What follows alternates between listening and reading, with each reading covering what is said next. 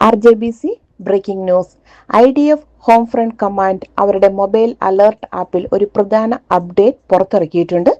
വ്യത്യസ്ത നിറങ്ങൾ, ഐക്കണുകൾ, ശബ്ദങ്ങൾ എന്നിവ ഉപയോഗിച്ച് പുനർരൂപകൽപ്പന ചെയ്ത മുന്നറിയിപ്പുകൾ അവതരിപ്പിച്ചുകൊണ്ട് സിവിലിയന്മാരെ ഭീഷണികളുടെ വേഗത്തിൽ തിരിച്ചറിയുവാനും അടിയന്തര ഘട്ടങ്ങളിൽ വേഗത്തിൽ പ്രതികരിക്കാനും സഹായിക്കുന്നതിന് ലക്ഷ്യമിട്ടാണ് ഈ പുനർരൂപകൽപ്പന.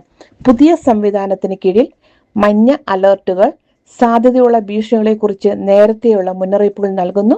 റെഡ് അലർട്ടുകൾ താമസക്കാർക്ക് ഉടൻ തന്നെ അഭയം തേടാൻ നിർദ്ദേശിക്കുന്നു. പച്ച അറിയിപ്പുകൾ സംഭവം അവസാനിച്ചുവെന്നും എല്ലാം ക്ലിയർ ആണെന്നും സൂചിപ്പിച്ചുകൊണ്ടുള്ളതായിരിക്കണം. പച്ച ഐക്കണുകൾ. അപ്ഡേറ്റ് ചെയ്ത ആപ്പ് ഒരു കേന്ദ്രീകൃത കാലഗണന മുന്നറിയിപ്പ് ഫീഡ്, മെച്ചപ്പെട്ട ലോക്ക് സ്ക്രീൻ അറിയിപ്പുകൾ, ഉപഭോക്താവിന്റെ കൃത്യമായ സ്ഥലത്തെ ബാധിക്കുന്ന അലർട്ടുകൾ തമ്മിലുള്ള വ്യക്തമായ വ്യത്യാസം എന്നിവയും അവതരിപ്പിക്കുന്നു.